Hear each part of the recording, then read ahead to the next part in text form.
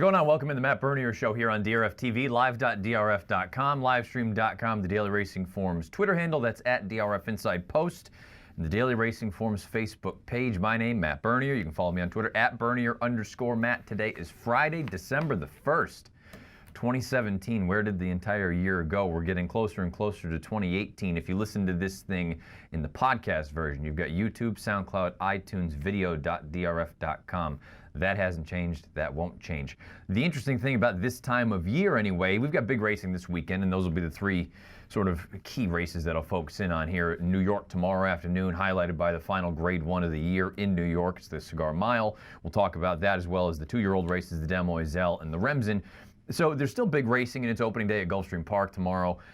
But we're kind of in that weird quiet time where it's between the Breeders' Cup and it's leading into a race like the Pegasus World Cup at the end of January, and then also you've got the three-year-olds that are going to start ramping things up as we go into the new year. So it's that no man's land of you've still got good racing going on, but it's still, we're looking a little bit in the forward sort of direction, seeing what we've got potentially coming up with the three-year-olds. We're also looking in the rear view, trying to review and see and just kind of digest everything as we get closer and closer to the Eclipse Awards and see what we saw as far as great performances are concerned in 2017 and horses that came up and really showcased themselves as the best of the best. I kind of want to do a little bit of both here in this little opening segment, both for the boys and the girls. We'll start off with the boys, though, with the two-year-olds, because the two-year-olds are the future stars that we have. They're going to be the horses that, as much as we love Gunrunner, he's only got one more race, knock on wood. If everything goes as planned, it'll be the Pegasus. We've got to start kind of getting used to these names, these two-year-olds that we've seen a little bit of, some of them more than others at this point in their career, but next year as three-year-olds, they're going to be front and center. They're going to be the ones that everybody's going to have to keep an eye on and be paying attention to. So I figured, why not? This is as good a time as any to kind of give a little bit of a showcase to what we've seen with some of the two-year-olds, both the boys and the girls. We'll start off with the males. For my money, still the best two-year-old in training as far as dirt is concerned. We'll begin with him. I understand things didn't go fantastic in the Breeders' Cup Juvenile simply because of the post position for Bolt d'Oro, but for my money, he has still accomplished the most, and he has run the most impressive race to date, in my opinion. Again, I understand it's up for debate, and we'll talk about the other horse that I'm talking about here you can make the case for momentarily. Bolt d'Oro's running the front runner to me, far and away the best two-year-old dirt performance thus far. Here's the stretch run. Swing for home. Bolt d'Oro charges into the lead from Take the 101. They're followed by Solomini, well clear of Zata and encumbered. Next is Ayakara, but Bolt d'Oro is forging clear. This is a high caliber colt. We're witnessing the emergence of a star as Bolt d'Oro treats his rivals to a comprehensive walloping in the front runner. Scores by 7 lengths. Visually, I thought it was a fantastic effort. I thought this was on the heels of a Grade 1 win in the Del Mar Futurity, going shorter, a distance probably less than ideal for him. And again, I know this is a little bit of just going over and ad nauseum. We've just talked about this horse and all these other, some of these other horses we've talked about considerable length here, most notably this horse, Bolt d'Oro. But I think for good reason. He's done things that two-year-olds you don't usually see happen. You don't see these giant, gaudy buyer speed figures. You don't see these giant blowout wins against quality companies. Solomini was in there. Solomini is a very talented horse for Bob Baffert. There's just still a part of me, the Breeders' Cup Juvenile, I don't know that he necessarily regressed. I would just love to know, and we'll never know, but what happens if you reverse the trip with Good Magic with Bolt d'Oro? Because I think if you do that, potentially you get a similar result just with a different horse putting on that performance. If Bolt d'Oro gets the trip that Good Magic got in the Breeders' Cup Juvenile, maybe he errs, and maybe everyone's just salivating, thinking, oh my goodness, maybe this is the next one. At any rate, to me, he's still the leader in the clubhouse. We'll find out. I think that's going to be one of the most fascinating Eclipse Award divisions. What do we do with the two-year-olds? What do we do with the juveniles, the males anyway? Because I think you can go one of two ways, and I personally believe Bolt d'Oro is the horse to beat in that division. But having said that, Good Magic, he makes a lot of sense, and I know he came into the Breeders' Cup Juvenile as a maiden, but boy, there's no better time to break your maiden than in the Breeders' Cup. I believe he is, to date, the only horse to ever break his maiden in the Breeders' Cup. Here he is strutting his stuff at Del Mar in the Juvenile. Trying to make headway. Bolt d'Oro's got to pick it up. He's in with a winning shot, but got to do a little better. Homeward bound, and Good Magic gets the lead. And it's the maiden Good Magic making the rest of them look like maidens. It's Good Magic Absolutely drawing clear to a win in scintillating style. Good Magic gives Jose Ortiz the win. Solomini was second. Make no mistake about it, it was a giant effort, and I believe these are the two horses that deserve to get the lion's share of the publicity as far as the boys are concerned, because they've done things that the other boys just haven't done. And that's not to say that they're not going to be able to catch up to them maybe at some point, but right now they are head and shoulders above everyone else as far as dirt is concerned. We'll find out when we'll talk about the Remsen here later on in the show. Potentially, maybe you'll see something jump up there, one of these guys, maybe they'll turn into that sort of next tier, but right now it seems like you've got Good Magic and Bolt D'Oro. They're 1A, they're 1B, however you see them, whether you want to put one ahead of the other, that's entirely up to you. Good Magic, a fantastic effort, and it was always nice, and you can hear Jose Ortiz at the very end of that clip. That whole thing, if you haven't seen it, go on Twitter, you can find it anywhere. I believe the Breeders' Cup, they've tweeted it out in the past. Jose Ortiz's reaction afterward, applauding the horse, saying, good boy, well done, well done. Those are the kind of things. Too much of the negative publicity about the other stuff that goes on with the horses. Don't get enough of that, where Jose obviously was very, very pleased with the way that his buddy performed that afternoon. Good Magic, fantastic. Wouldn't have any argument if he were to be nominated and crowned two-year-old champion, although, again, I'm leaning more toward Bolt D'Oro. Don't forget about the juvenile turf winner either. Mendelssohn is a horse for the Coolmore folks and Aidan O'Brien. That it was kind of up in the air which race he was going to run in Breeders' Cup weekend. Is he going to run in the juvenile dirt or the juvenile turf? And based on his pedigree, everyone just assumed that it was going to be the dirt. Well, O'Brien calls an audible, decides to run him on the turf, and guess what? It was a good call from arguably the world's greatest trainer. This is Mendelssohn winning the juvenile turf. Domain running on, homeward bound, and at Sands of Marley, Mendelssohn hooks off the rail, and here comes Mendelssohn with a powerful run now down the centre of the track. Untamed Domain is running on gamely as well, and Voting Control comes late, but Mendelssohn in full flight for the wire, and Mendelssohn will go all the way. Mendelssohn and Ryan Moore have won it. Untamed Domain was second, Voting Control was third. Mendelssohn never looked like a loser in the juvenile turf. Perfect trip, perfect ride from Ryan Moore. But the sort of elephant in the room, and the reason that I'm including him here, although he's based over in Europe, he's by Scat Daddy.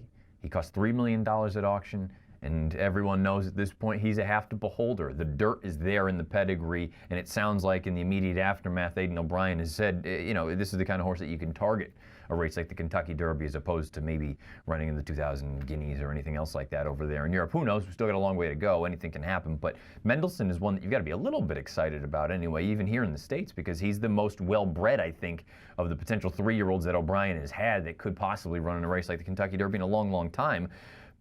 I'm going to show another turf horse to this point in his career, simply because I think he's been electric in both of his lifetime starts. From a figure standpoint, he's right there, arguably is one of the best two-year-olds that we have running, period. And in training, this is a horse called Analyze It for Chad Brown. Another Chad Brown. It's Chad's world, I'm telling you. We all just live in it.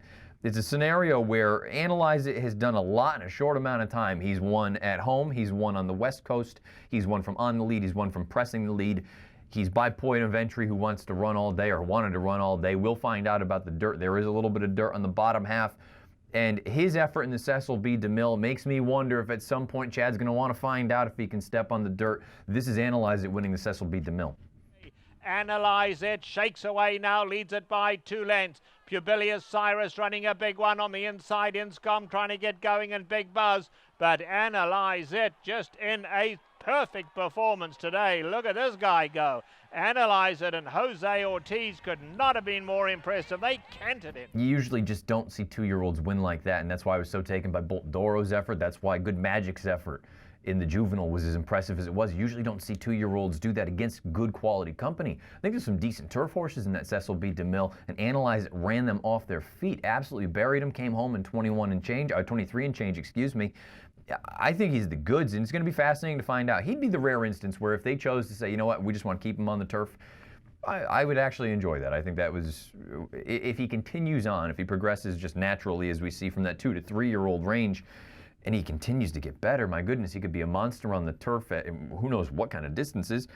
But at the same time, everyone's got Derby dreams. And how often do you get a 2-year-old that's this talented? I wouldn't fault the connections if they wanted to take a shot on the dirt. I also wouldn't fault them at all if they said, you know what, we would just rather have the best turf horse going as a 3-year-old, and we'll find out there are plenty of big money purses to be taken down, most notably races like the American Derby on the Derby undercard, and as well as something like the Belmont Derby at Belmont Park. So just a couple of horses to touch on as far as the 2-year-old males are concerned. Also, one to just keep in the back of your mind, file away a horse called Mackenzie.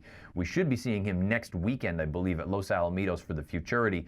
Broke his maiden very impressively at 7/8 of a mile for Bob Baffert. Mike Smith got a 99 Beyer speed figure. If you haven't seen that, a little bit of a tail flash, but if you haven't seen that, you can go into Formulator or you can go on to any other sort of replay service. Find the replay of Mackenzie. He's another one that maybe you want to file away in the back of your mind for 2-year-old males leading into 2018 when they are 3-year-olds. We're going to take a quick break. When we come back, let's talk about the girls. We'll find out and see who some of these 2-year-old females are and what possibly we could expect from them next year as they turn 3. Stay with us, the Matt Bernier Show.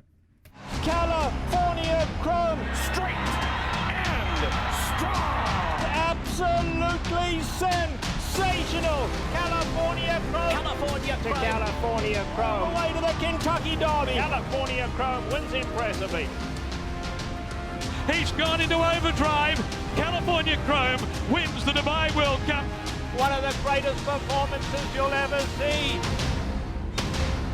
Chrome turns to gold.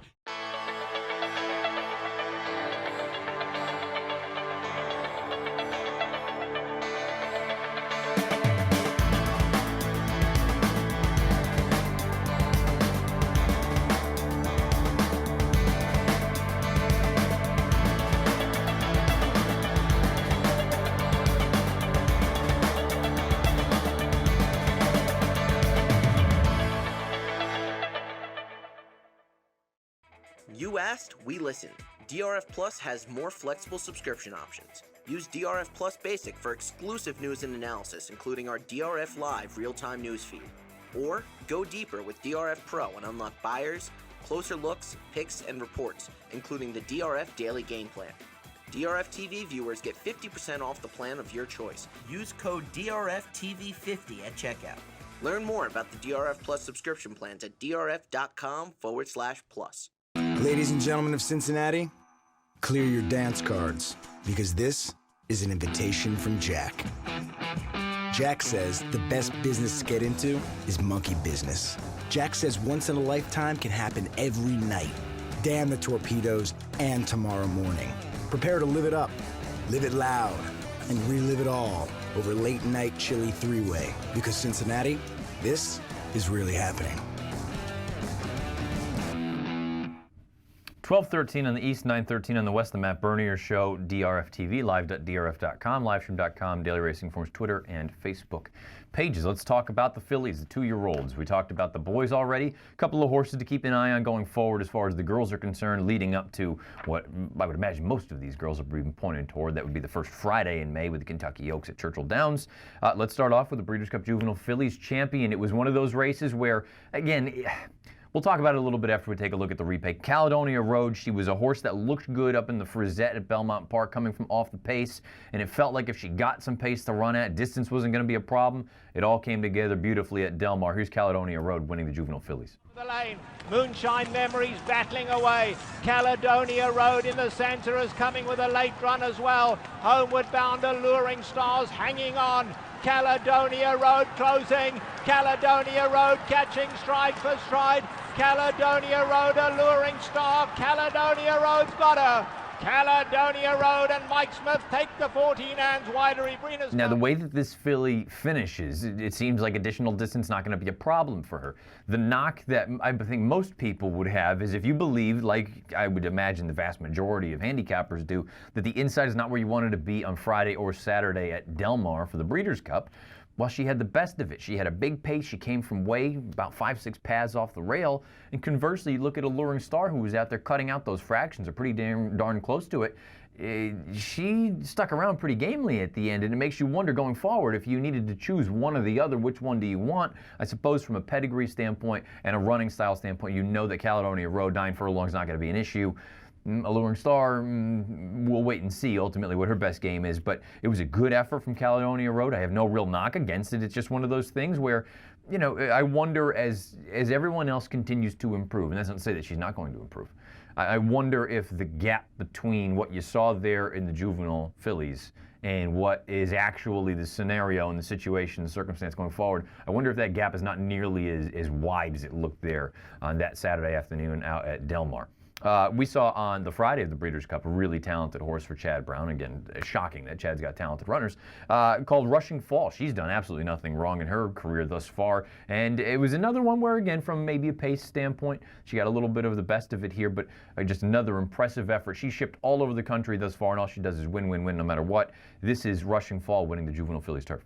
8 wide, but Fatal Beer's coming home gamely. It's a wild run for home here. Fatal Beer on the outside, alongside Rushing Fall. Rushing Fall now getting the lead.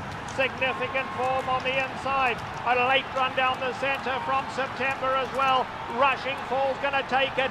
Best performance late. Rushing Fall wins. Hard to argue with a horse that just likes to go out there and win races, and she's done it impressively. And again, she's done it at Belmont, she's done it at Keeneland, and she's done it at Del Mar. She's done it on good going, on soft going, on firm going. You name it, she's done it. She's passed it all with spades. Chad talked about her early on and said, you know what, the minute we got her in the barn, we thought she was special. And maybe it's fitting. I don't want to put, it's unfair to be saying this and making even the most mild comparison. But it seems like it's always funny how things work, where, you know what, when one horse leaves the barn, one monster, and Lady Eli leaves, maybe her sort of heir apparent showed up in Rushing Fall. And Chad's got some other good ones, too. I mean, Significant Form ran dynamite in that race as well, but Rushing Fall seems like she's the leader as far as Chad's fillies are concerned, particularly on the turf. A horse that I wonder if some people have kind of missed out on at this point in her career simply because she hasn't run in the biggest races just yet, but maybe this is a name that you want to familiarize yourself with. Her name is Win the War from Mark Casse. We're going to take a look. This is her beating an odds-on choice, who was a really talented horse in her own right, but beating an odds-on choice with admittedly some pace help up at Woodbine in the Glorious Song. This is Win the War with an impressive victory. On the outside has taken over, and Win the War in front. Grace and Dignity is beaten, I believe, and this is going to be a very big victory. Win the War bombs away. The rest are absolutely distanced. And Win the War has gone away with the Glorious Song to win by almost 10 lengths. Maybe more. Make it almost a dozen. Grace and Dignity was that odds-on favorite that ultimately ran second. She got her tootsies cooked early on in that big speed duel. But the big thing was, I just love the way that Win the War finished. Now, you're going to have to wait and find out, ultimately, if they choose to keep her up north of the border, if they want to try to run her at a place like Gulfstream Park and find out about the dirt. She's run on turf. She's run on synth. She's been impressive, 2 for 2 thus far. And you saw that blowout score from a buyer standpoint. She is one of the fastest 2-year-olds that we have, period, male or female. So there's a lot to like here. She looks like she's well built. She looks like she's the kind of horse that distance is only going to be her friend, especially with the way that she finished there. She's one that maybe you want to just keep that name in the back of your head. We're used to hearing all the big names, the Caledonia Roads and these other big names, you know, Rushing Fall that we just talked about. Win the War, I wondered if that's one that, again, maybe slipped under the radar a little bit, but maybe that's a name that you want to familiarize yourself with going forward. And then there's a couple other runners in here, you know, without being able to show replays. Road to Victory, Monomoy Girl. They ran 1-2 in the Goldenrod down at Churchill Downs, and they earned a 91 buyer. Mike Watchmaker brought it up in this week's Weekend Warrior. That, you know what, in the Watchmaker Watch, that race was considerably faster than the counterpart for the boys, and it makes you wonder that maybe, you know what, maybe these are 2 girls going forward that it's nice to know that they've run fast, 91 buyer speed figures, and it's nice to know that they've won at Churchill Downs, which is obviously home to the Kentucky Oaks. So plenty of good racing going forward. We'll find out if all of these 2-year-olds that we touched on earlier, if they train on and they make that transition from 2 to 3. Some of them do, some of them don't. We'll find out if these horses that we've talked about this afternoon, if they do train on and ultimately are the ones to be reckoned with come the first Friday and Saturday in May. We're going to take a break. When we come back in the Matt Bernier Show. 3 graded stakes races at Aqueduct this Saturday afternoon, including the final Grade 1 in New York, the Grade 1 Cigar Mile, and then, unfortunately, we'll dive into a little bit of football because the picks have been putrid. Stay with us, the Matt Bernier Show. California Chrome, straight and strong. Absolutely sensational. California Chrome. California Chrome. All the way to the Kentucky Derby. California Chrome wins impressively.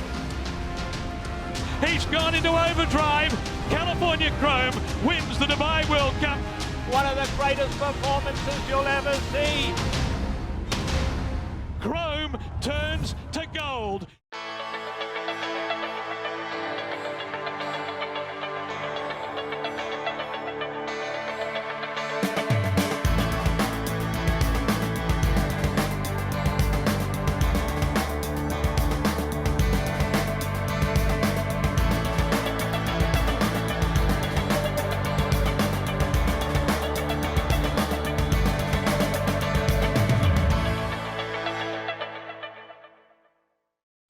You asked, we listened. DRF Plus has more flexible subscription options. Use DRF Plus Basic for exclusive news and analysis, including our DRF Live real-time news feed. Or go deeper with DRF Pro and unlock buyers, closer looks, picks, and reports, including the DRF Daily Game Plan. DRF TV viewers get 50% off the plan of your choice. Use code DRFTV50 at checkout. Learn more about the DRF Plus subscription plans at drf.com/plus. Ladies and gentlemen of Cincinnati, clear your dance cards, because this is an invitation from Jack. Jack says the best business to get into is monkey business. Jack says once in a lifetime can happen every night. Damn the torpedoes and tomorrow morning. Prepare to live it up, live it loud, and relive it all over late night chilly three-way. Because Cincinnati, this is really happening. 12:22 on the east, 9:22 the west. The Matt Bernier Show, DRF TV. We are turning for home, and it's time to dive into the handicapping portion of this little program here. Let's dive into it. 3 graded stakes races out of the 4. Unfortunately, apologies to the Go for Juan, but figured let's focus on the 2-year-olds because we've talked about 2-year-olds basically this entire show, as well as the final Grade 1 in New York for 2017, the Cigar Mile. But let's start off with the Demoiselle, the 2-year-old fillies. They're going to be going 9 furlongs on the main track. Let's take a look at that field. If you're used to this program, normally my morning line odds are going to be on the far right, but that right now is not the case. Those are the, my value line. Those are the morning line odds, but I will go right through and give you what I have listed as far as a value line is concerned, what I think is fair odds on each one of these fillies. The number 1, Desi, she's 5-2 on the morning line. I think she should be 4-1. Vindictive Ways, 49-1. Wonder Godot, 4-1. Held Accountable, 5-1. Indy Union, 5-1. More Power, 5-1. Layla Noor, 19-1. And Stakes on a Plane, 49-1. You'll note that that's kind of a common theme for me this week as far as the odds are concerned, because I think these 3 races, wide open. Wouldn't be surprised if any one of 5 or 6 horses wins.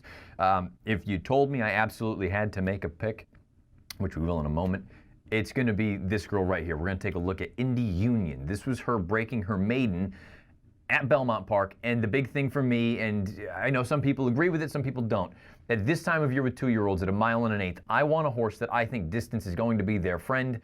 I look at this filly right here and I say, she's built like distance is going to be her friend. Union Rags on top, AP Indy on the bottom. I love everything about it. If you believe the figs, I'm not entirely convinced that I'm sold that the figs are accurate for that race right there that we just saw at Belmont. But if you believe the figs, she's every bit as fast as these other girls. If she takes a step forward, obviously she's going to be a player in here. I think she's interesting, and that leads us to the pick and the play for this race here in the Demoiselle. I look at it and say, you know what, Indy Union, I think she's not going to get lost in the shuffle, but I think she'll offer fair value anyway. I think I'll get the number that I want. I'm going to play $20 to win on her, and again, the denomination is entirely up to you. This is basically nothing more than a placeholder. If you want to play, if you play normally for $500, God bless you. If you play for $2, good on you as well. $20 to win for me on Indy Union. I think she has a legitimate chance in this spot to get the job done in the Demoiselle. Let's move back over to the 2-year-olds as far as the Remsen is concerned. We're going to take a look at that field right now. And the Remsen is, again, very similar. I sound like a broken record. I feel like any number of horses could win. You're seeing the morning line odds there. I will go right in post position order with my odds. Bandito, 19-1.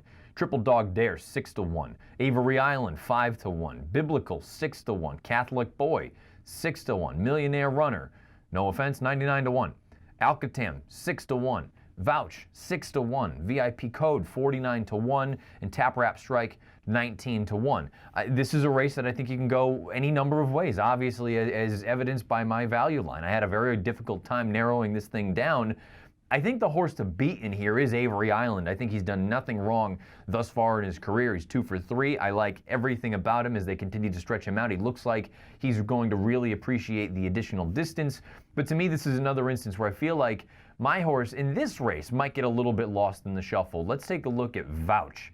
Vouch has only started one time in his career. It was down at Laurel Park, going a mile and a 16th. This is a full brother to Calamity Kate. Calamity Kate, she won the Delaware Oaks. She's a 3-year-old. She was second in the Grade 1 Cotillion. Look at this boy out there on the front end. He's just kind of galloping along, and I love everything about it at a mile and a 16th. The thing that you're not going to get to see in this replay, but you can see it in Formulator, he galloped out like a freight train, like an absolute monster, as if a mile and an eighth is going to be just perfect for him. I liked everything about it. Arnaud Delacour very rarely ships to New York unless he thinks he's live and he's ready to roll. I think this is a confident placement, a confident move for Vouch in this entire company. Joel Rosario picks up the mount, and he is going to be the pick for me in this spot. I think Vouch has a very, very live chance in this spot. It'll be interesting to see what kind of trip he works out because he won that race down at Laurel in gate-to-wire fashion. I don't know that he's fast enough to make the top, but I think he's going to have good early position. He'll be forward enough where I think if he's good enough, he should be able to go on with it. For me, it's going to be a $20 win play on Vouch, but I'm also going to back it up with a very small exacta. And again, maybe this changes a little bit in time. Maybe we get some scratches, some defections here and there. I want to play a reverse exacta. I've done this in the past. It's a bit of a saver. Some people don't believe in savers. That's fine. Your prerogative. A $5 exacta with the horse that arguably is the most likely winner in Avery Island on top with Vouch in second. But I do like Vouch quite a bit. I think he's interesting in here. He is my pick. He is also my win bet here in the Remsen. Let's get to the big one, the Grade 1 Cigar Mile. It's the final Grade 1 of the year in New York. Let's take a look at that field. It's, again, just a barn burner, a phenomenal race. It's a great way to go out as far as Grade 1s are concerned here in New York. The number 1 is Mind Your Biscuits. I made him 7-1. The number 2, Seymour Dini, 7-1. The 3, Just Call Kenny, 49-1. Tom's Ready, 10-1. Americanize, 8-1. Sharp as Tekka, 4-1. Vulcan's Forge, 49-1. Practical Joke, 6-1. Summer Revolution, 24-1. And Beasley, 6-1. Another race, another skull buster. You can go 15 different ways in a 10-horse field. This really is a race where maybe you've got a really strong opinion, and kudos to you if you do. I think any one of a number of horses can win this race. And the more and more, this is probably me trying to get a little bit too cute. I'm hopeful the way that the post positions have laid out. I know Seymour Dini has speed. I don't think he has true, like, gas, where at this level, do you really want to be out there just winging it and dinging it on the front end? If that's really not your game, maybe he's better off sitting just a little bit. Sharp as Tekka, we know, can go on with it, but he also is capable of sitting just off the pace or pressing throughout. And with Javier aboard, Javier's as good as they get. I wonder if they're going to be very, very confident in here. Also drawn outside of what they probably consider is the lesser speed in this spot. I think this is a scenario where if everybody just says, you know what, Americanized is going to come back to us, he can make him pay. He made him pay in the Damascus. We're going to take a look at that replay right now. He's out there. He's the big gray snow bunny on the front end right now. Mr. Hinks, one of my sons, I love him. He's a good Calbred. He takes a shot at him, and Americanized goes on with it. He is in raging form for Simon Callahan. Callahan's entire operation I've been impressed with over the past 6-8 months. I think he continues to improve as a trainer. Look, maybe a mile isn't going to be good for this horse. Maybe this class is not going to be good for this horse. Maybe he's not fast enough or talented enough. He's a full brother at this point, as we change a little bit early. He's a full brother to American Gal. I have to be honest with you. Maybe he's not good enough. It's going to be a small play for me, though. The pick, I've already kind of tipped my hand. It's going to be Americanized. The play is going to be small, though. It's only going to be $10 to win. I have to be honest, the Cigar Mile is the kind of race where I just want to be alive to a number of horses, maybe in different sort of levels. If I'm playing a pick 4 or a pick 3, whatever it may be, and I'm playing using Ticket Maker, maybe I'm alive for 50 cents with a couple of horses, $1, $1.50, $2, whatever it may be tomorrow afternoon. But I think that's the kind of race that spread, because I don't have a super strong opinion. We'll go out on a limb a little bit here with Americanized. Maybe he can wire the field in the Grade 1 Cigar Mile. Let's unfortunately move on to the Week 13 NFL trifecta. The picks have been absolute dog babies thus far. They've really, really been bad. 11, 18, and 1 on the year. That translates to just shy of 39%, and the number that we're trying to get to is 52.38% at 38.98. And you figure, if you do a little quick math, this is Week 13. They only play 17 weeks. running out of time for doing 3 a week. I'm going to have to get hot and get seriously hot if I'm going to salvage anything out of this year. The Houston Texans are at the Tennessee Titans. I still don't believe in the Titans. I know they lead the AFC South. The Texans are not as bad as their record would suggest they are. They're also not that good. That's the problem. When you've got a guy like Tom Savage, it is what it is. You're just trying to make chicken salad out of you-know-what.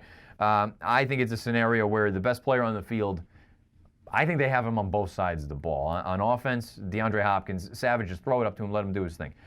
On defense, if you haven't been paying attention, and one of my good friends from college, when Jadeveon Clowney was first drafted, he said he's going to be the biggest bust you'll ever see, just because everyone overhyped that one play that he had against Michigan when he was at South Carolina. I thought he was going to be a monster.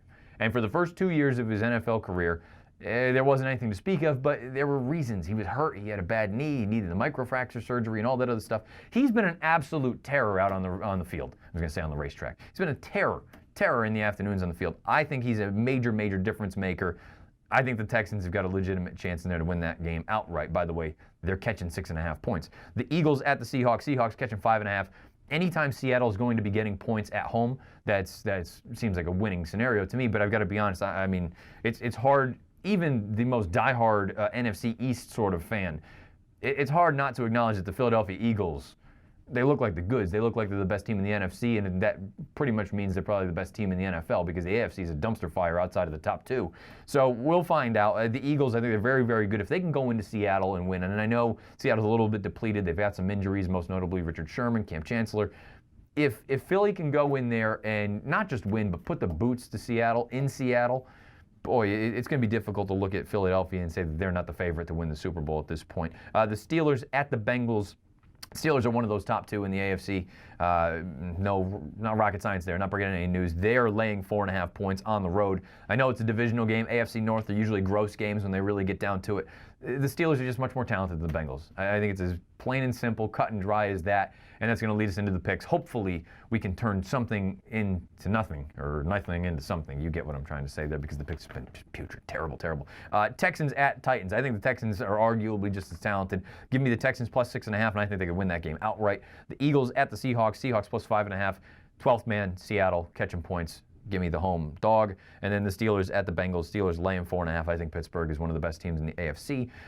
Wouldn't surprise me at all if they ended up representing the American Football Conference come Super Bowl time. So it's going to be Texans plus 6.5, Seahawks plus 5.5, Steelers minus 4.5 for me in the NFL Week 13 trifecta. We'll find out. I mean, look, if you've been fading these picks all along, you're probably rich by this point. But do with those what you will. I'm trying to dig out of a hole. It is 12:33 on the East. We've gone a little bit heavy on time. If you've been watching live.drf.com, livestream.com, thank you for doing so. Daily Racing Forms Twitter handle at DRF Inside Post, or the Facebook page. Thank you for doing so. Podcast, which most of you that's how many of you sort of take this entire thing in. YouTube, SoundCloud, iTunes, video.drf.com. Thank you for watching. I know this is the new block on Fridays. You've got the DRF Players podcast that leads into the Matt Bernier show. And as always, we lead into the latest edition of Out of the Gate. We will find out how these races go tomorrow afternoon. Best of luck, however you're playing, wherever you're playing, whatever you're playing. And they'll all be recapped on Tuesday at noon with the Matt Bernier show. But before that, 11 o'clock on Tuesday, the DRF Players podcast. You've got all sorts of good stuff here on DRF.com. Best of luck this weekend. Here's the latest edition of Out of the Gate.